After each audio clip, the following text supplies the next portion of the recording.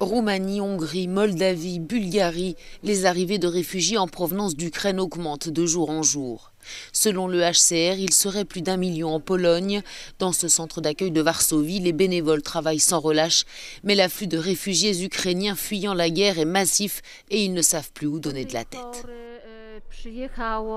Jusqu'à présent, environ 1300 personnes sont venues ici et ont poussé la porte de ce centre. Le nombre de ceux qui restent ici est en rotation permanente. Ils arrivent, ils repartent. Nous organisons constamment les transports, donc il est impossible de donner un chiffre précis.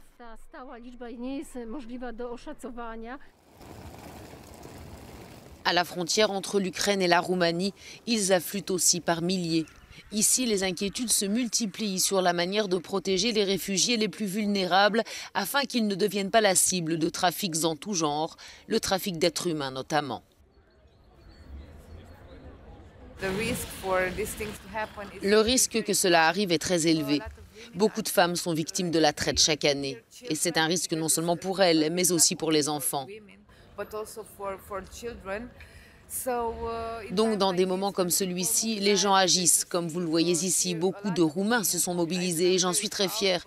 Mais le risque que certaines personnes capitalisent sur la douleur de ces familles reste très important. Dans cette gare hongroise, après des heures de train, ces réfugiés vont rejoindre des bénévoles qui les transporteront dans des centres d'hébergement.